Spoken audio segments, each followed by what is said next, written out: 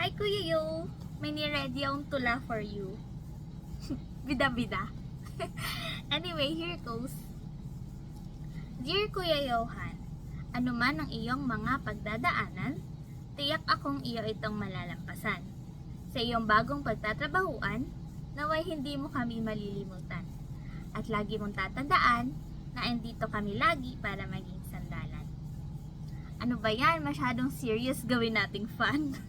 From this point on, puro na ito kalokohan. Para naman yung pag-alis mo ay puno pa rin ng tawanan. Favorite ko talaga yung ating mga chismisan. Yung nagkakakampi tayo sa iisang kalaban. Ginawa kasi natin group work yung mga alitan.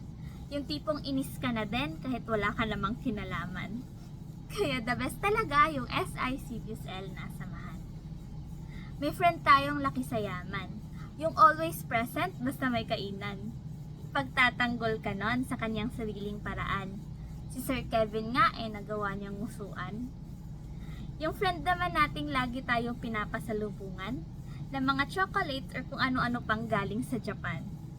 Yung birthday niya sa October 1. Matakot ka pag siya ang iyong kalaban.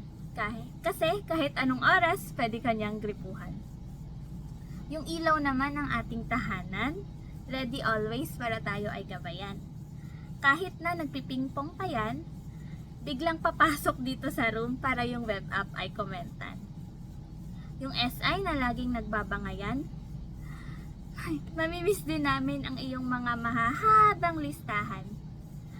Pag meron kaming di mapagkasunduan, yung matik na response ay, tanong mo kay Johan. Ala, paano na yan? Wala na kaming pagtatanungan. Charing. Pero wala ka dapat katakutan. Dahil mabangis naman yung boss kong si David at si Jeremiah Christian. Pag inapi ka sa new work mo, kailangan mong lumaban. Pag sinuntok ka, suntukin mo din sa kanan. Huwag kang iiyak para lang sa mga mahihina yan. Patunayan mong mas malakas ka pa kaysa kay Superman. Anyway, di ko nahahabaan. I'm sure papunta ka naman sa future na greener than the kagubatan, higher than the kalangitan, at deeper than the karagatan. Wait, nagra-rhyme din yung ocean. And with all that said and done, you are the best, alam mo na yan. Love you from Finn, na kahit puno ng kamalditahan, well, kinaibigan mo pa rin naman. Yay! One take! Love you!